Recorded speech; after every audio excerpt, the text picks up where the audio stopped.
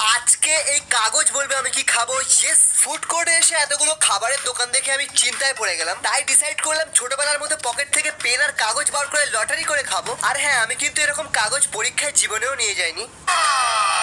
আশেপাশের লোকেরা আমার দিকেই দেখছিল আর ভাবছিল মলে এসে একই পাগলামি করছে। ফরচুনেটলি চিটসে ম্যাকডোনাল্ডস পড়লো। আমি খুব খুশি, কারণ ম্যাকডোনাল্ডস আমারও ফেভারিট। আর হ্যাঁ ভাই, কাগজে আরো আউটলেটস এর নাম ছিল, আমি চিটিং করিনি। লিটারালি যখন থেকে আমি স্কুলে পড়তাম আর আজ পর্যন্ত এটাই আমার অর্ডার, আলু টিক্কি বার্গার। আজ গরিব বলে চিকেন বার্গার নিলাম না, আলু টিক্কি বার্গারে একটু কেচাপ অ্যাড করলেই মজাটা দ্বিগুণ হয়ে যায়। আর আমি তো এদের অরেঞ্জ মেয়োটাই খেতে আসি। এই কে দেখছে, এই দাদাটা কত খায়। আর সাথে একটা ম্যাকপাফ তো থাকবেই। দেখি এটাকে একটু এক্সপেরিমেন্ট করা যাক।